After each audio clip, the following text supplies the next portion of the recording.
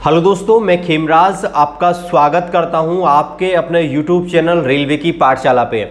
दोस्तों, आज हम आपके टॉप 10 कमेंट हमने पिक किए हैं और जिनका हम यहां पर रिप्लाई देने वाले हैं। और दोस्तों, ये जो 10 क्वेश्चन है ना, ये आप में से जो पिछले वीडियो मैंने जो आपका जो कमेंट वाला जो वीडियो उठाया था उसी में से ये जो क्वेश्चन है यहाँ पर लिए गए हैं।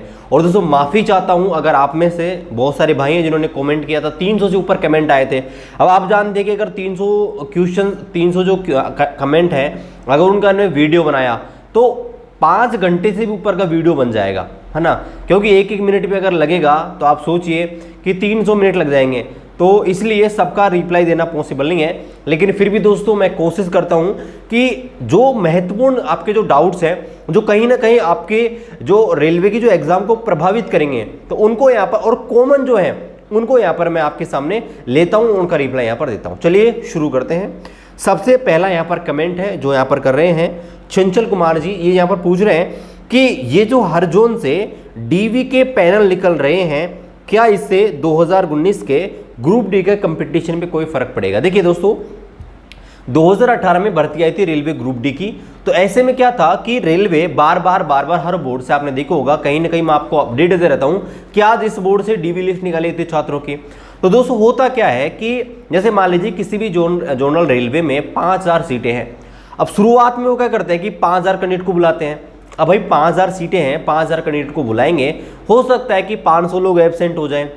बहुत सारे रीजन हो सकते हैं। हो सकता है कि जब तक एग्जाम हो 2 साल का टाइम लग गए, और जब तक वो किसी दूसरी जगह सिलेक्शन ले लें, या किसी और वजह से उनकी इच्छा नहीं हो, है ना। इस वजह से वो क्या करते हैं, आपके एब्सेंट हो जाते हैं डीवी के अंदर। उसमें भी बहुत सारे डॉक्यूमेंट वेरिफिकेशन बाहर हो जाएंगे, फिर आपके मेडिकल स्टैंडर्ड लो होने की वजह से बाहर हो जाते हैं। तो ऐसे में ये सीटें फिर खाली हो जाती हैं। मतलब 5000 सीटें भरनी है, लेकिन 5000 छात्रों को बुलाया, लेकिन मान लो कि 4000 ही आए, है ना। इस वजह से जो सीटें वैकेंट रह जाती है ना, तो वापस से कट ऑफ को कम करके नए छात्रों को फिर से बुलाया जाता है। तो आपको ध्यान रखना है कि इससे जो कंपटीशन पे देखो थोड़ा बहुत फर्क पड़ सकता है, क्योंकि हो सकता है कि जो वेटिंग वाले छात्र थे उन्होंने भी फॉर्म भरा हो 2018 वाली वैकेंसी का, लेकिन आप ना इसको इग्नोर कीजिए और अपनी जो प्रिपरेशन है उसको बढ़िया कीजिए। कि ये मत सोच लेना भाई कंपटीशन कम हो जाएगा, ऐसा कुछ खास फर्क नहीं पड़ेगा, ठीक है। चलिए, दूसरा यहाँ पर कमेंट है जो आपके पूछ रहे इंडियन नाम से हैं, और ये पूछ रहे हैं कि खेमराज भाई, रेलवे कुछ प्रश्नों को इग्नोर कर देता है, क्या उनके नंबर जुड़ते हैं, क्या फिर पेपर में प्रश्नों की संख्या घटाई जाती है। देखो, होता क्या है, मान लीजिए आपकी जो आंसर की है, जैसे एनटीपीसी का फिलहाल पेपर हुआ है, आप सबने अपनी आंसर की यहाँ पर चेक करी होगी। तो मान लीजिए कि 100 नंबर का आपका 100 क्वेश्चंस का पेपर आया, और मान लीजिए उनमें से एक क्वेश्चन या 2 क्वेश्चन में प्रॉब्लम है। जैसे मान लीजिए जो आंसर है वो ऑप्शन में नहीं है ना, या एक कोई क्वेश्चन है उसमें क्या है कि कोई ऑप्शन है जिसमें आंसर है 2 जगह है, या क्वेश्चन गलत है। तो ऐसे में क्या करता है दोस्तों, रेलवे है उन क्वेश्चंस को इग्नोर कर देती है, और फिर क्या करती है, मान लीजिए कि 2 क्वेश्चन इग्नोर कर दिए, तो आपका जो रो मार्क्स बनाती है ना, तो वो 100 में से 2 घटा यानी कि 98 के बेसिस में मिलाती है। यानी कि मान लीजिए आपने 70 क्वेश्चन सही किए हैं बिल्कुल नेगेटिव काटने के बाद, और 2 क्वेश्चन आपके क्या हो गए, इग्नोर कर दिए, तो फिर आपके जो नंबर बनेंगे ना, वो बनेंगे 70/98 और मल्टीप्लाई 100। इस प्रकार से आपका रो मार्क्स है यहाँ पर कैलकुलेशन किया जाएगा। जितने क्वेश्चन आपके इग्नोर करेंगे उसी हिसाब से आपका परसेंटेज यहाँ पर बनता है, ठीक है। चलिए आगे बात करते हैं। आकाश चौहान जी पूछ रहे हैं कि भाई, मेरा एक क्वेश्चन है, अगर ग्रुप डी एग्जाम में ओनली 50 राइट क्वेश्चंस ही अटेम्प्ट किए हों, कोई भी क्वेश्चन गलत नहीं किया है, तो क्या चांसेस होंगे नॉर्मलाइजेशन के। देखो, नॉर्मलाइजेशन का मैंने बहुत सारे स्टूडेंटों का यहाँ पर डेटा देखा है। तो एक चीज़ मैं आपको बताना चाहूँगा कि नेगेटिव आप जो करते हो, नेगेटिव जो क्वेश्चंस करते हो, उससे नॉर्मलाइजेशन के ऊपर कोई फर्क नहीं पड़ता है। मैंने खुद देखा है कई छात्रों ने बहुत नेगेटिव किया, लेकिन फिर भी उनके नॉर्मलाइजेशन अच्छा हुआ, और बहुत छात्रों ने एक्यूरेसी पे बहुत ज़्यादा ध्यान दिया, फिर भी उनके नॉर्मलाइजेशन उतना अच्छा नहीं हुआ। तो आप ये नहीं कह सकते, या मैं भी नहीं कह सकता कि भाई एक्यूरेसी के ऊपर नॉर्मलाइजेशन डिपेंड करता है, ऐसा बिल्कुल भी नहीं है। तो लेकिन फिर भी आपको जो आपका जो क्वेश्चन है, कम से कम आपको नेगेटिव करना है, क्योंकि दोस्तों 1/3 मार्क्स करता है, तो वो कहता क्या है, रो मार्क्स है यहाँ पर बहुत कम घट जाता है। आगे यहाँ पर सौरभ जी पूछ रहे हैं कि खिमराज भाई एक बात बताइए, क्या फिजिकल में रनिंग को जल्दी कंप्लीट करने से नंबर बढ़ता है क्या? देखो मैं आपको एक चीज़ बता दूं कि रेलवे में जो फिजिकल होता है ग्रुप डी का, वो सिर्फ क्वालिफाइंग नेचर का होता है। आपको 1 किलोमीटर की जो दूरी है उसको 4 मिनट 15 सेकंड के अंदर तय करना है, लड़कों के लिए बता रहा हूँ। और इसके अलावा जो 100 मीटर की जो डिस्टेंस है उसको 2 मीटर के अंदर तय करना है 35 किलो वजन लेकर, ठीक है। तो ऐसे में अगर आप उसको 4 मिनट 15 सेकंड की जगह अगर 2 मिनट में भी कर दोगे ना तो आपको कोई फायदा नहीं होगा। सिर्फ क्वालिफाई नेचर की है, मतलब सिर्फ क्वालिफाई करना है। यहाँ पे आपको मतलब एक्सीलेंट नहीं मारना आर्मी की तरह, ताकि आपको मतलब अच्छा पॉइंट, ऐसा कुछ नहीं है। आपको सिर्फ क्वालिफाई करना है। तो 4 मिनट 15 सेकंड में करोगे तब भी वही है, 2 मिनट में करोगे तब भी वही है। के बारे में बताना चाहूंगा, जो आपका कोई भी डाउट हो, कोई भी क्वेश्चन हो, कोई भी कॉन्सेप्ट हो, अगर आप किसी भी गवर्नमेंट एग्जाम की तैयारी कर रहे हो, जेईई नीट की या बोर्ड की, तो दोस्तों आपके कोई भी डाउट है इनका 24 आवर्स यहाँ पर आंसर पा सकते हो। और दोस्तों मात्र 3 सिंपल स्टेप में।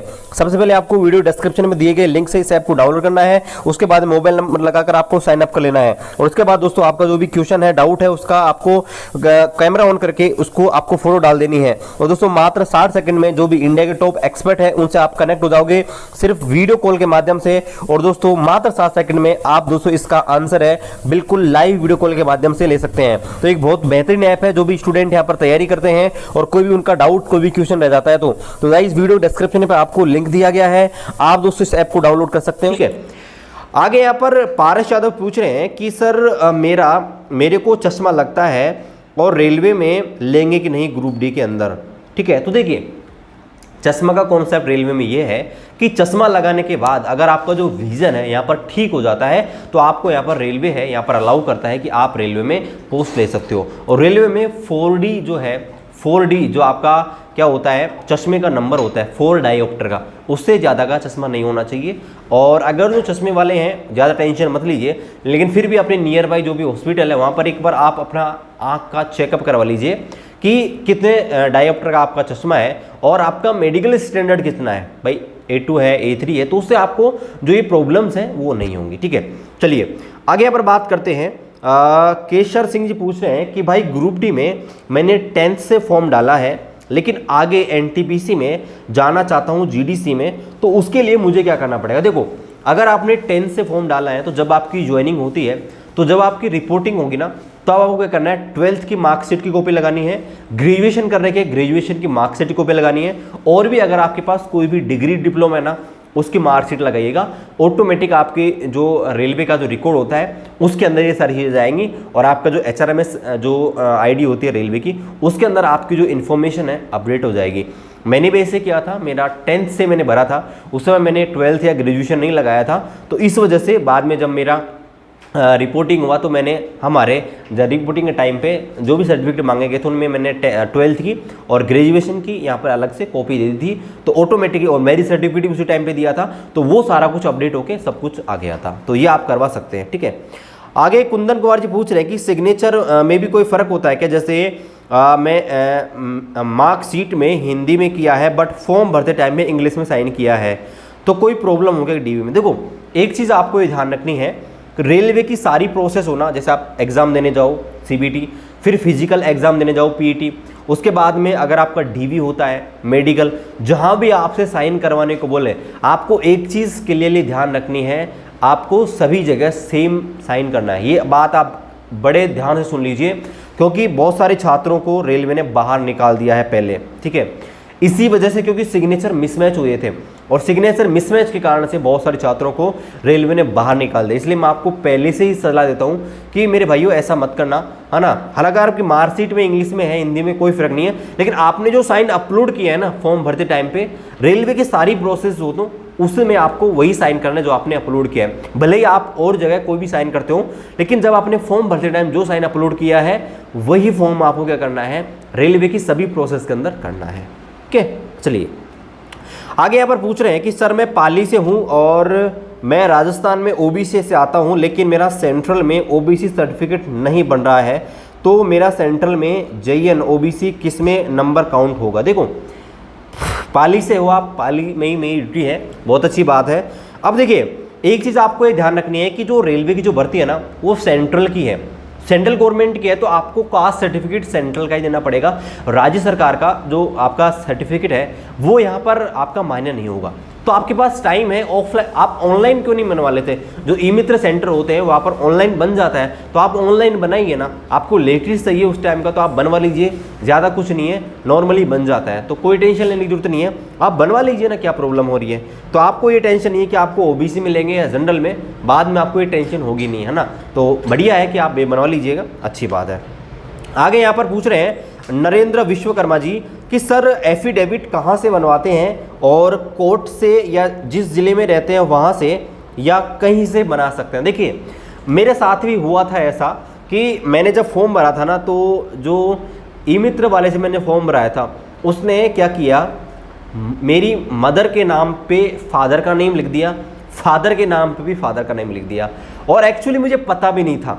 भाई अपन जब फॉर्म भरते हैं तो क्या देखते हैं, स्पेलिंग चेक करते हैं, ये थोड़ी देखते हैं कि इस कॉलम में किसका नाम लिखा है। और जब मुझे बाद में पता लगा ये सब चीज़ें फॉर्म भरने के बाद, जब डी हुआ तब, तो बेसिकली मैं दौसा का रहने वाला हूँ, है ना, तो हमारा डी हुआ था जयपुर के अंदर। तो उस समय मेरे से एफिडेविट मांगा गया कि आप अपना एफिडेविट दीजिए, तो वहाँ से मेरे नज़दीकी मात्र 1 किलोमीटर के डिस्टेंस में था जहाँ पर डीबी होता, तो मैंने जयपुर डिस्ट्रिक्ट से बनाया था। तो आप कहीं से भी एफिडेविट बना सकते हैं। एफिडेविट क्या होता है, एक प्रकार से शपथ पत्र होता है जिसमें आपको ये लिखवाना पड़ता है कि मैंने रेलवे ग्रुप डी का फॉर्म भरा था और उसमें मेरे ये मिस्टेक है, जैसे आपके मदर के नेम में प्रॉब्लम है, मार्कशीट में रोल नंबर, आपके परसेंटेज कुछ भी गलत है ना, तो आप एफिडेविट बनवा के रखिएगा, आपके काम आएगा डीवी के अंदर, ठीक है। चलिए आज का लास्ट जो यहाँ पर डाउट है उसको यहाँ पर लेते हैं कि सर जी ग्रुप डी 2019 का फॉर्म मेरे पास नहीं है, ओके, मतलब रजिस्ट्रेशन नंबर भी नहीं है, ओके, मेरा मेल भी नहीं है, तो जब एडमिट कार्ड आएगा तो क्या करूँगा? देखो राजेश जी, मैं आपको एक चीज़ बताना चाहूँगा, अगर आप रेलवे में भर्ती होना चाहते हैं तो आपको एक जिम्मेदार आदमी बनना पड़ेगा। देखो पहली बात, आपने फॉर्म गुम कर दिया, कोई बात नहीं, मेल भी गुम कर दिया, तो एक रेस्पॉन्सिबल आदमी बनिए ना आप, क्योंकि बाद में आप हो सकता है कि अच्छी पोस्ट में जाएं, है ना। अगर आप मेहनत करोगे तो एक रेस्पॉन्सिबिलिटी दिखाइए ना, क्योंकि ये सारी चीज़ें अपने आगे काम आने वाली हैं। तो आप एक वैलिड ईमेल आईडी रखिए, वैलिड मोबाइल नंबर रखिए, फॉर्म को बड़ी सावधानी से रखना पड़ता है उसको रखिए। फिर भी मैं मानता हूँ कि ये सारी चीज़ें हो जाती है, लेकिन मैं आपको सलाह देना चाहूँगा कि आप मना इन चीज़ों को बहुत ही मतलब अच्छे से रखिएगा, क्योंकि ये सारी काम, जैसे आप एग्जाम दे के आए नो CBT 1 का NTPC का, उसके एडमिट कार्ड को बड़े सावधानी के साथ रखना, काम आएगा आगे, ठीक है, नहीं तो प्रॉब्लम हो सकती है। तो इसलिए मैं आपको बताना चाहूँगा। देखो अब आप क्या कर सकते हो, अभी देखो फिलहाल एक लिंक ओपन होगा, फिलहाल तो अभी नहीं होगा, जब आपका ग्रुप डी का जब आपका एडमिट कार्ड डलेगा ना, एक लिंक एक्टिवेट होगा, वहाँ पर आपका आएगा फॉरगेट रजिस्ट्रेशन नंबर, तो वहाँ पर अपना डेट ऑफ बर्थ और मोबाइल डालकर आप अपने रजिस्ट्रेशन नंबर यहाँ पर प्राप्त कर सकते हो, ठीक है। ये सॉल्यूशन है, लेकिन फिर भी एक जिम्मेदार आदमी बनिए और समझदार आदमी बनिए, ये सारी चीज़ें आप मत कीजिए। माफ़ी चाहता हूँ अगर किसी का कमेंट यहाँ पर छूट गया है तो, और अगले वीडियो में आपका कमेंट यहाँ पर कोशिश करेंगे लिया जाए। तो जो भी आपके डाउट हैं इस वीडियो के नीचे आप कमेंट कर दीजिएगा, और जब भी हमारा वीडियो आएगा उसमें आपके जो डाउट्स हैं उनका रिप्लाई यहाँ पर करेंगे। आशा करते हैं कि आपको हमारा वीडियो बहुत ही पसंद आया होगा। वीडियो अगर अच्छा लगे लाइक कीजिए, किसी प्रकार का सजेशन है कमेंट कीजिए, दोस्तों के साथ वीडियो को शेयर कीजिए, चैनल पर आप नए हैं चैनल को सब्सक्राइब कीजिए और बेल आइकन को ऑन कीजिए। मिलते हैं अगले वीडियो में, तब तक खुश रहिए। जय हिंद, वंदे मातरम।